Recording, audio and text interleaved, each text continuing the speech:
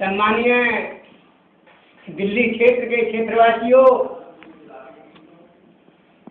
हम आप लोगों के बीच में आकर के बताना चाहते हैं कि हमारे महापुरुषों के द्वारा मानवतावाद के सद्भाव बनाए गए थे, परंतु अब पाश्चात्य संस्कृति के कारण, अशिक्षा, अंधविश्वास के कारण, पाखंडवाद के कारण आज मानवतावाद के सद्भाव में अभाव आ गया है। जब मानवतावाद के सद्भाव में अभाव आ गया है तो मानव सभ्यता डगमगाने लगी। जब मानव सभ्यता डगमगाने लगी है तो माता पिता का सम्मान एवं हमारे भाइयों का जो सम्मान था वह सम्मान आज अपमान में बदल गया है।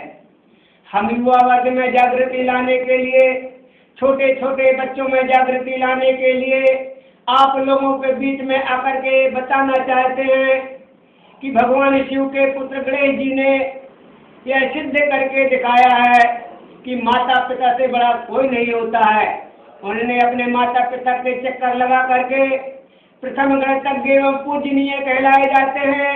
यही कार्य श्रवण कुमार ने किया, अपने अंधा माता पिता की जब सेवा किया तो राम के पिता दशरथ जी जैसे को तड़प तड़प के प्राण त्यागने के लिए मजबूर होकर न्यौछावर अपने प्राणों को त्यागना पड़ा।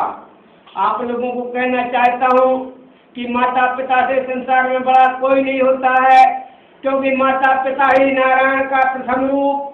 हम ना समझे दे और नहीं समझे तो समझ लीजिए खलक पलक में थे, अरे आंखें खोल के देख, क्योंकि तुम भी खून के, मैं भी खून का, कौन खून से न्यारा और बिना खून का कौन पुरुष है जो देख रहा संसारा। चित्त ही धर्म की शुद्धता, नाम शांति सुख संदेश और जन जन के हृदय में रमण करता प्रेम ही परमात्मा है हमारा उद्देश्य। अरे जरा सोचो साथ में क्या जाएगा, क्योंकि दुनिया में हमारा जन्म यदि एक बार मिला है तो ये जन्म कहीं व्यर्थ न चला जाए। तो सोचो कि हम कर्म क्या कर रहे हैं, धर्म क्या कर रहे हैं, मर्म कैसा है, ज्ञान कैसा है, ध्यान कैसा है, ज्ञान कैसा है। कर्म का मकसद है कि हम इन हाथों के द्वारा वह काम करें कि कोई अच्छा न कहे तो कोई तुम्हें बुरा भी न कहे। धर्म का काम क्या होता है, जिस तरीके सूपा का काम होता है कि कचरे को अलग कर देना और साथ साथ को रख लेना। इस तरीके से धर्म का मकसद है कि यदि अब मेरे कपड़े गंदे हो गए हैं, मेरी बनियान फट गई है तो उसको धुल लीजिए, उसको साफ कर लीजिए और उसको पहन लीजिए। यही आपका धर्म है। मर्म क्या होता है, मर्म मीन्स दया धर्म का मूल है, पाप मूल अभिमान। अरे दया किस पर करना चाहिए? पढ़ने लिखने का मतलब है कि हम ज्ञान प्राप्त करके ज्ञानी बने, अज्ञानी न बने। तो ज्ञान का मकसद है कि हम जो है इस तरीके का कार्य करें कि जिससे माता पिता की सेवा हो सके, साधु संतों की सेवा हो सके, दीन दुखियों की सेवा हो सके, पड़ोसी की सेवा कर सके, भाई बंधुओं की सेवा कर सके, तब हमारा जीवन धन्य हो जाएगा, वह मर्म में बदल जाएगा। मर्म के बाद मैं तुम्हें बताना चाहता हूँ कि मेरा ज्ञान कैसा होना चाहिए। ज्ञान का मकसद है कि ज्ञान अनंत है, जिस तरीके से पृथ्वी में जल है और ज्ञान है। अरे ज्ञान को हम थोड़ा सा ले लेते हैं तो हम ज्ञानी नहीं कहलाते, लेकिन वो हमारा कर्म है कि हमको खोज करना चाहिए और निरंतर प्रयास करना चाहिए। ज्ञान में यदि कहीं कमी आ जाती है तो असफलता ये सिद्ध करती है कि तुमने कहीं से कमी की है, कहीं तुमने मेहनत करने में कमी रखी है। मैं तुम्हें ये बताना चाहता हूँ कि इसके बाद तुम्हें बयान के ऊपर बताना चाहता हूँ।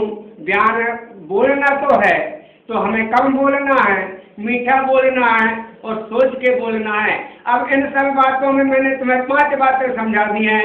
छठवां इसमें आता है ध्यान। ध्यान का मतलब है कि हम ध्यान लगाएं, परमात्मा की तरफ जब चिंतन करें, दीन दुखियों की तरफ चिंतन करें तो मेरा कर्म ही धर्म बन जाए। इस तरीके का चिंतन करते हुए तब हम ये इस तरीके का कार्य करेंगे तो कि हम कम बोलेंगे और मीठा बोलेंगे और सोच के बोलेंगे तो मेरा जीवन धन हो जाएगा। तो ये संसार में सत्य है कि तुम्हें कोई अच्छा भी नहीं कह सकता तो कोई तुम्हें बुरा भी नहीं कहेगा। ये मेरा तुम्हारे लिए आशीर्वाद है। यही आशीर्वाद आपके लिए फलेगा फूलेगा और आगे बढ़ते रहोगे। आगे आप सब लोगों की तरक्की होती रहेगी। यही मेरे बाबा गुरु गोरखनाथ का उपदेश है।